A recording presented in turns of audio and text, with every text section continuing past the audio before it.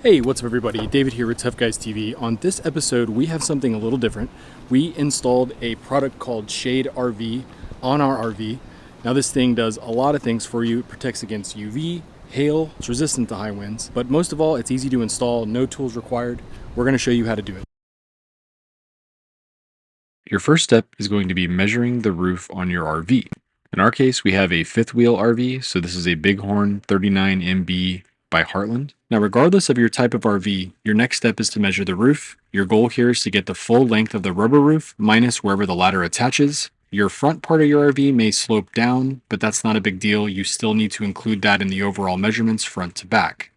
Important note on the overall width would be these are built for 8 foot wide. Up to 8.5 feet wide is fine. Anything under 8 feet would be considered a custom order. So if your RV does taper anywhere where it gets thinner, you would want to make sure you reach out to support before ordering. Now, the approach we took here was to get to nice round numbers. So once I got to 22 feet, I had a nice place to line that up. And then I wanted to stop so I could continue forward. My tape was only 25 feet long, so I couldn't just measure the entire length in one run. As I moved backwards, I did one more run with the tape measure. I stopped before I got to the ladder, as you want to exclude that section. And then you're going to add your totals together to get your total length, and then you're going to round that down to the nearest whole foot. If you do it this way, then the cover will not be too long and will mount properly. These things are manufactured to be approximately 1 to 1.5 feet shorter corner to corner than the length ordered to allow for stretching. Next up is the unboxing. Now this box had to travel with us as we moved the RV out to an RV park closer to our land. The first thing you're going to pull out of the box is the instruction sheet. Make sure you save it. Next, there's a bag that includes all of the straps. And then you also have some of these little pads. These pads will show later where they install. Now here are the heavy duty straps that come with this. These are what actually hold the entire thing to your RV. Everything looks high quality just right out of the box. The stitching looks solid. The quality of the nylon looks great. And depending on which model you purchased will depend on how many of these straps you're going to have inside of your package. Next up, we're pulling out the fiberglass rods. These attach with that metal ringlet. We'll show those later on.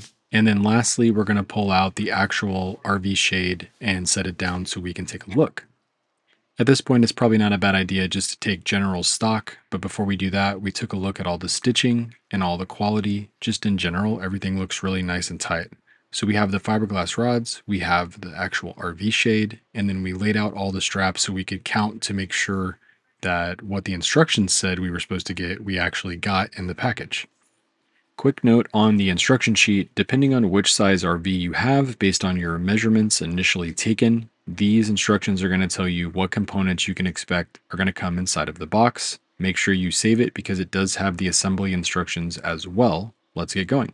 Now, the first major step is to lay out the RV shade. So you're going to need ample area. In fact, you're going to need the area that is the length of the shade because you need to roll it out completely so that you can see what you're working with. So I recommend having a relatively flat area, and hopefully if you have your RV park somewhere, you have a relatively flat area right next to it. Now, what you're wanting to do is lay it with the side that will eventually be the bottom facing up. This is so that you can attach those fiberglass rods here in just a second. Now remember, these are two parts, so you're going to feed one side into the metal ringlet, which is going to create one long rod. These are designed to be flexible, and they're going to feed into these little sleeves that are on the back side of the RV shade. Now those little sleeves on the front and the very back of it are longer. Those little sleeves as you go down are a little bit smaller. We'll show those here in a second. These are the little inserts. It looks like they're built of PVC, and you have one on each end. And that's where the fiberglass rod is going to insert and it's going to hold into place. They have the whole thing reinforced there with some extra canvas looking material, and the whole thing feels very substantial. Now in our case, we had to loosen the strap a tiny bit in order to let the rod flex like it should. And then you're just going to repeat this step going all the way down. Now we actually missed one of those sleeves in the center. We came back and got that. I'm going to show it up close here for you in a second. But again, you're just repeating the process till you get to the very back of it. Now here's that sleeve that we missed. Remember, these are smaller than the ones at the front and the back. So it's a pretty easy thing I think you can miss. So just make sure you were checking those. And then additionally, it's a good idea to make sure that the fiberglass rod is seated really well in those end pieces. Now the next step is you need to flip this thing over so that the bottom side is facing down like it should be and the top facing up. It's important to have some help for this step, especially because those fiberglass rods make it hard to flip over. Once you have it the correct way, you're going to start at the backside and you're going to roll the whole thing up forward. We have to be careful here not to roll up all the grass debris. A quick note on our RV, it is a Bighorn 39MB. It is a fifth wheel. So on the front, we have a kingpin, and that's where we're going to set up these two straps on the front side. So you have one that's going to go one direction, one that's going to go the other. When I say directions, I mean left and right when you're facing it. So you're going to wrap it around, you're going to feed it through the loop that's pre-made, and then you're going to give it a little bit of pull to make it tight. You're going to have one to the right, one to the left. At this point, you want to go ahead and make your straps looped around somewhere on the back of the RV as well. Depending on what kind of RV you have, it's going to be a different situation for everybody, but just make sure you get two good spots and you have those straps set up to be on a 45-degree angle to the top. Now we put some bungees around the RV shade to help us make it a little bit easier to lift it up to the roof. We're going to stand on the back of the truck and then just lift it up to the person who's on the roof. Now the shade isn't too heavy, but it's definitely recommended to have someone help you lift it up. Just better to be safe than sorry when you're trying to lift something up onto the front of the RV. Ours actually has a little bit of a slope going forward, so again, just be careful here. Now the goal when you load it onto the roof is to have it to where it's going to unroll going towards the back of the RV. So kind of think that through before you lift it up there and make sure that the direction it's going to unroll is going to go backwards towards the rear of the RV. Now, once you start unrolling it, you have to obviously be careful with what you have on your roof. Our RV has antennas for Wi-Fi, it has multiple ACs, it has vent pipes. Just be careful. Once you have it positioned as you need, you're going to set one strap off to the left and one to the right. These are the ones that are going to attach to the straps that you put on your kingpin or attach to the front of your RV. Next, you're going to pull the cross strap tight. Now, it's very important that you align the Velcro pieces on this. They are laid out this way for a reason so that you cannot over tighten this. If you do, it can cause damage to the entire system or to your roof. You want to wrap the rest of that Velcro strap around the clasp so that it's not rubbing on the roof surface. Now there's multiple loops at the front end of the RV shade that you're going to need to consider using. In our case, I needed to move one of the front straps out to the furthest loop where it was pre-installed on the second one. So once I got that moved, then I was able to put the little pad back on the second one because the first one doesn't actually have Velcro to attach the pad. I believe this is by design because it's going to make a lot of pressure when it's pulling forward, and that's what you're trying to do. Now, before you start to unroll the rest of it, you need to get your strap set on the front of the RV. Now, I'm going to show how you actually feed the strap through this little latch. You're going to bring it through the middle and then over the top and out through the bottom. This is the correct way to feed it. They do include some photos in the instructions, but I hope that this video will help you if you have a hard time with these sort of things. We actually did one of them wrong right away and then went to the instructions. And then obviously once you get it, it's really easy to do. Once you have it set the right way, when you pull pressure onto the strap, it can't feed back through the other way. Then you can roll up all of the excess, bring the little Velcro strap that's already pre-installed, and hold it all there in one place for yourself. And now jumping over to the front of the RV, this is essentially what it should look like. This is after we had it fully tightened at the end, but you wouldn't have it this tight when you're just going to roll out the RV. I wanted to show you though how it looks having those straps on a 45-degree angle there in the front. So now back up to the top to continue with the install.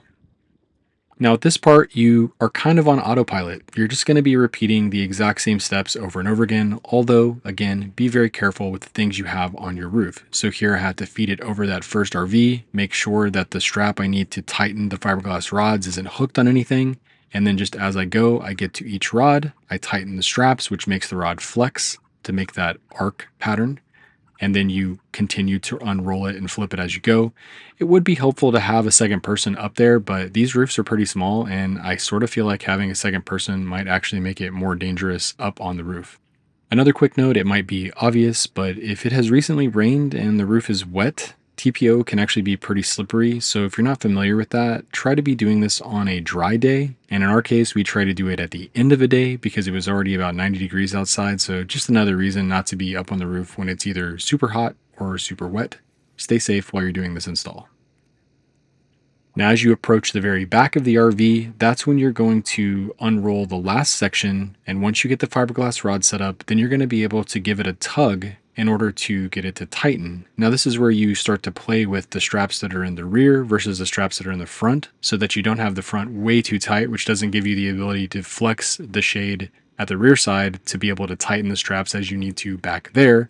Again, making sure that the straps aren't wrapped around anything on the roof that you need to make sure stays protected. With the front and the rear attached, now you can start to assess where you're going to add your additional straps. Now, right off, we only added one additional strap on either side because we wanted to keep the awning clear of a strap and we wanted to see how it would perform in some light wind. Kind of took a risk there. We'll show that off here in a second.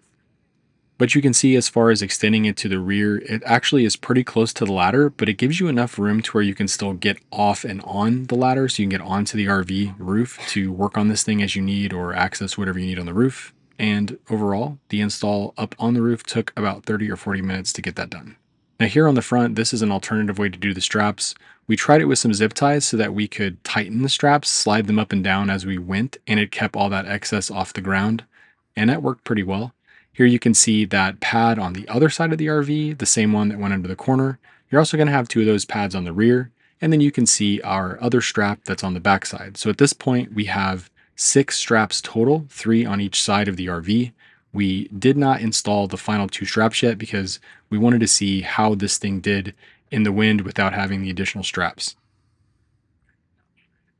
And remember, you're going for a 45-degree angle with these straps. You do not want them to just go straight up over the rear or the front side. So on the rear side, you may have to feed it up and over one of your ladder supports. No matter what you got to do here, just keep everything on a 45-degree angle, and then you can use these little Velcro straps to protect those clips from rubbing on the RV. We didn't have to wait long for the wind and the rain to come. This is actually the very next day after we did our install, and the winds with this storm were somewhere between 40 and 50 mile an hour gusts, so it was a good way to test it. You can see there it sort of lifts in that middle section where we decided not to put the 2 extra straps, and that's obviously not something that we could let be. Here's a view from the other side to show that obviously you need another strap on that side as well. So what we ended up with is 4 on each side. Here's where we added the one on the side of the RV. This is the right side when facing. So again, this is 4 total on this side. You have 1 in the back, 2 in the middle, 1 in the front. And then on the other side, we decided to add the one that kind of goes over the awning. Now in this case, we didn't want to strap that one down too tight and potentially damage the awning, but we did want to end up with 4 on each side. And one last quick note there, make sure that for these added side straps, you are attaching them to solid framing components on the RV, nothing loose, no plumbing pipes or anything like that. And then later that night, we had one final test after all 4 on each side. We had a really aggressive storm come through that had a huge hail core, up to 70 mile an hour gusts, and this thing really didn't move at all.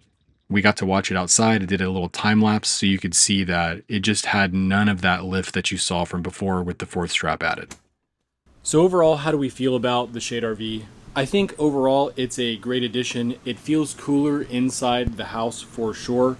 We'll have to see long term how the effects of hail protection, wind resistance, things like that actually work. Of course, we don't know that, and we won't know that until we experience those things. It's cooler inside and it's 95 degrees outside, so that is at least enough of a perk for me. I do believe that the UV protection on the TPO roof over time is also going to be super important. So if you are interested in Shade RV, check out the links below down in the description. Thanks as always for checking out the video, and we'll see you in the next one.